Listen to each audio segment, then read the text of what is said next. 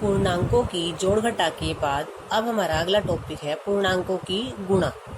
गुणा में हमें कुछ खास बात ध्यान नहीं रखनी होती। आपको गुणा करने के लिए सिर्फ पहाड़े याद होने चाहिए और सिर्फ एक ही बात याद रखनी है कि गुणा तो आपको सिर्फ सीधा पहाड़ा पढ़ के कर लेनी है। दो संख्याओं की गुणा करनी है तो आप पहले निशान की तरफ ध्यान ही मत दो, बिना निशान के जो संख्या लिखी हुई है उसको गुणा कर दो और गुणा करने के बाद जब आंसर लिख लोगे तो आपको निशान लगाना याद आएगा। फिर आपने निशान की गिनती करनी है, माइनस के निशान की गिनती करनी है। प्लस तो लगा ही नहीं होता, लगा होता है तो माइनस का निशान लगा होता है, तो माइनस के निशान की गिनती करनी है। अगर एक बार आपका माइनस है, आपने गिनती की माइनस एक बार है तो आंसर में माइनस लगा देना। अगर दो बार है तो माइनस माइनस प्लस हो जाता है। आपको पता होगा कि जैसे ये एक माइनस है हमारे पास, दूसरा माइनस इसके साथ लगा दे तो माइनस माइनस क्या हो जाता है, प्लस। तो गुणा में तो बस इतना ध्यान रखना है कि आपको बड़े छोटी रकम का कुछ नहीं देखना कि माइनस का निशान बड़ी रकम के साथ है या छोटी रकम के साथ है। आपको तो सिर्फ माइनस के निशान की गिनती करनी है। एक माइनस आएगा तो आंसर में आपका माइनस आ जाएगा, दो माइनस होंगे तो माइनस माइनस प्लस बन जाएंगे तो आंसर प्लस का आएगा। तो देखते हैं गुणा कैसे करनी है। पहला है हमारा माइनस 5 की गुणा में 7 से करनी है। अभी आप निशान को भूल जाओ, 5 की 7 से गुणा करनी है, यानी 5 का पहाड़ा पढ़ लो 7 तक या 7 का पहाड़ा पढ़ लो 5 तक, एक ही बात है। 5 का पहाड़ा पढ़ेंगे 7 तक, 5 सत्ता 35 आ गया। आंसर लिखने के बाद आपको लगेगा कि निशान लगाना कौन सा है, तो आप माइनस गिनो, कितने माइनस है, एक, तो आपका माइनस आ जाएगा। अगला है गुणा करनी है। मैं अभी निशान को देखती ही नहीं, मैं तो देखती हूँ किसकी गुणा किससे करनी है। 5 की गुणा 7 से करनी है, वही आ गया 5 सत्ता 35। अब निशान की जब याद आएगी तब देखना है कि दो माइनस है, माइनस माइनस क्या हो जाएगा, प्लस। और आपको पता है हम प्लस आगे लगाते नहीं हैं, संख्या के आगे कोई निशान नहीं है, मतलब वो प्लस तो है ही। 3 27 आपको देखना था, अभी निशान लगाना है, लेकिन यहाँ तो माइनस एक भी नहीं है तो कोई माइनस नहीं लगे। कुछ बच्चे अपने आप माइनस लगा देते हैं, जब रकम में माइनस है ही नहीं तो आंसर में माइनस कहाँ से आएगा।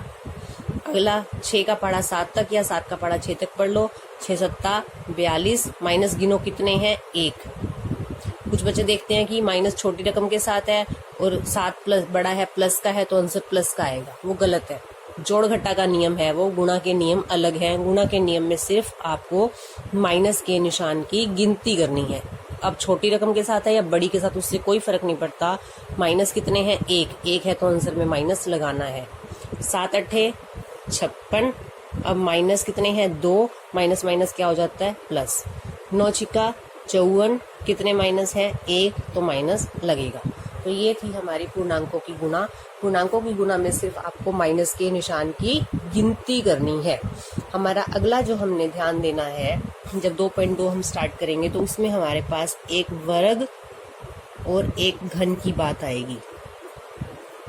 ये काम भी हम 8th क्लास में कर चुके हैं। हम वर्गमूल भी कर चुके हैं, हम घनमूल भी कर चुके हैं, हम वर्ग घन सब कुछ और विधियां भी कर चुके हैं हम वर्गमूल निकालने की। लेकिन फिर भी एक बार हम थोड़ा सा काम रिवाइज कर लेते हैं। वर्ग का मतलब क्या होता है, वर्ग का मतलब होता है घात। अगर किसी संख्या की 2 है तो उसको हम वर्ग कहते हैं।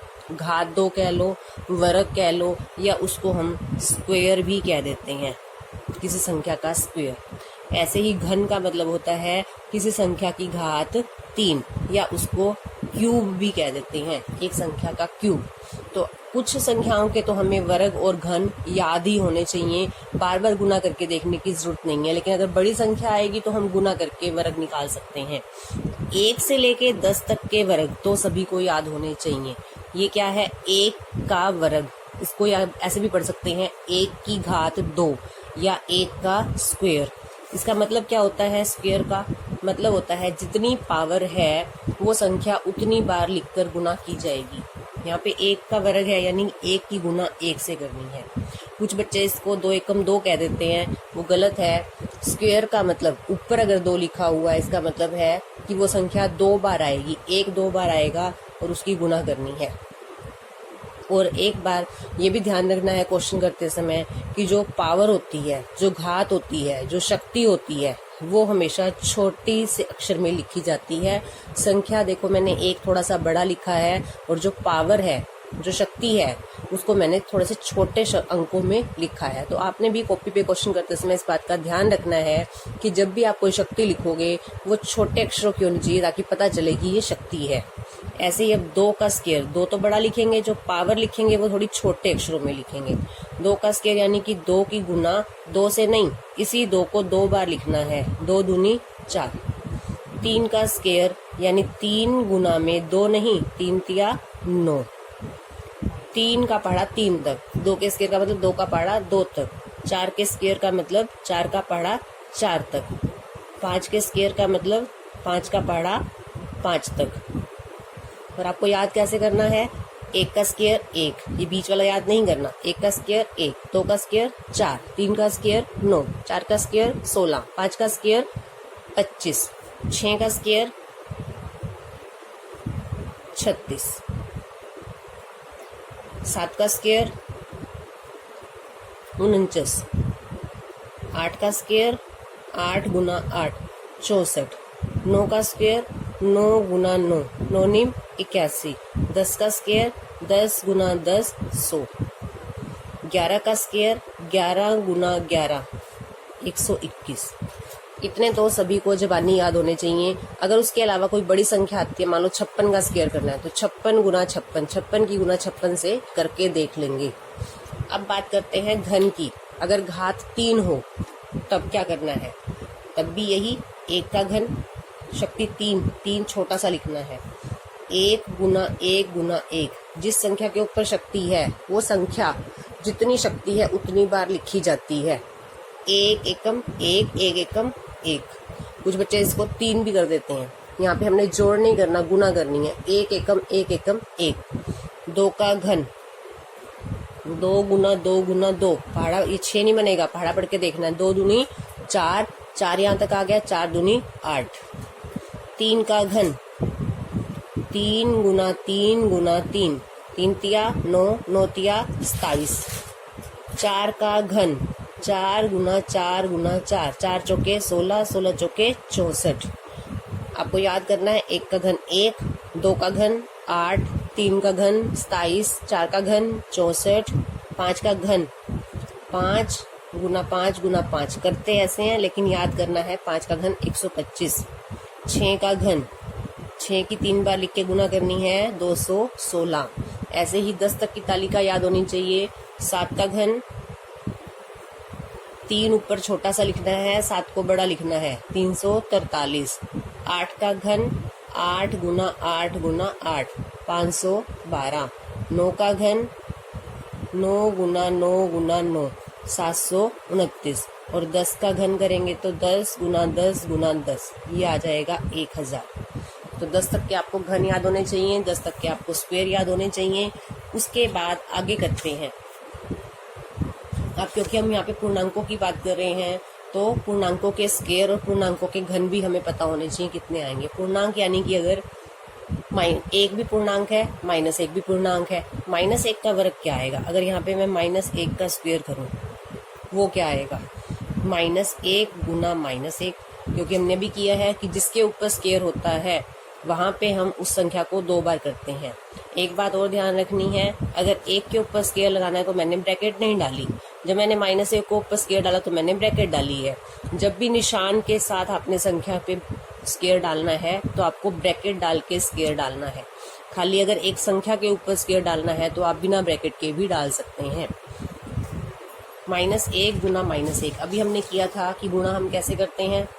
गुना हम कैसे करते हैं, पहले हम बिना निशान के गुना कर लेंगे। 1 एकम 1, 1 एकम 1। उसके बाद निशान के बारे में सोचेंगे। 2 माइनस है, माइनस माइनस क्या हो जाएगा, प्लस का 1 आएगा। -2 का स्क्वायर करके देखते हैं। -2 गुना -2, 2 दूनी 4।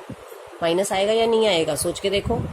नहीं आएगा, क्योंकि 2 माइनस है। हमने किया था माइनस माइनस क्या हो जाता है, प्लस हो जाता है। -3 का स्क्वायर, -3 गुना -3, 3 तिया 9। माइनस आएगा या नहीं आएगा, नहीं आएगा। मैंने -3 तक किया, -10 तक अब आप अपने आप करोगे इसको। -10 तक आपने खुद करना है और देखोगे कि स्क्वायर में माइनस आता है या नहीं आता। अब हम कर रहे हैं घन, ऐसे ही हम घन भी करेंगे। -1 का घन यानी -1 गुना -1 गुना -1। अब करो, 1 एकम 1, 1 एकम 1। अब आपने सोचना है माइनस आएगा या नहीं आएगा। माइनस माइनस तो प्लस हो गया, ये दो माइनस मिलके तो प्लस हो गए, लेकिन एक माइनस बचा तो माइनस आपको लगाना पड़ेगा। माइनस 2 का घन करके देखो, -2 गुना -2 गुना -2, 2 दूनी 4 दूनी 8, आएगा तो 8 ही, लेकिन बात तो माइनस ही है। माइनस माइनस क्या हो गया, प्लस, लेकिन एक माइनस बच गया तो आंसर में क्या आएगा, -8। -3 का घन करके देखेंगे, -3 गुना -3 गुना -3, 3 3 होती है 27, एक दो माइनस माइनस तो प्लस हो गए, एक माइनस बचा तो वो आंसर में लगेगा। तो इस तरह से आपने इसको -10 तक के घन भी करने हैं, यानी -10 तक के स्क्वायर भी करने हैं, -10 तक के घन भी फेयर कॉपी पे आपको करने हैं। उसके बाद हम देखते हैं, अब हमने देखा क्या, हमने ये देखा कि जब हमने किसी माइनस वाली संख्या का स्क्वायर किया तो आंसर क्या आया, प्लस आया, और जब हमने किसी माइनस वाली संख्या का घन किया तो आंसर क्या आया, माइनस में ही आया, प्लस नहीं आया तब। तो हमें एक बात का ध्यान रखना है कि किसी भी, ये हम पॉइंट इसको नोट कर लेंगे अपनी कॉपी पे, कि माइनस वाली जो संख्या है, नेगेटिव संख्या का जब हम वर्ग करते हैं सदैव हमेशा पॉजिटिव आता है, पॉजिटिव संख्या होती है। कभी भी किसी नेगेटिव संख्या का वर्ग नेगेटिव नहीं आता, हमेशा पॉजिटिव आता है। और नेगेटिव संख्या का घन सदैव नेगेटिव संख्या होती है। पॉजिटिव का तो पॉजिटिव ही आएगा, अगर प्लस वाली रकम है तो आंसर प्लस का ही आएगा, वहां से तो कहीं से माइनस आ ही नहीं सकता, क्योंकि रकम में माइनस है ही नहीं। घन भी अगर प्लस की संख्या है तो आंसर प्लस का ही आएगा, लेकिन ध्यान कहाँ देना होता है, माइनस वाली संख्याओं की तरफ। अगर संख्या माइनस की है और आप वर्ग करते हो तो आंसर प्लस आएगा, लेकिन अगर माइनस की संख्या का घन करोगे तो आंसर माइनस का आएगा। तो ये दोनों बातें ध्यान रखनी है।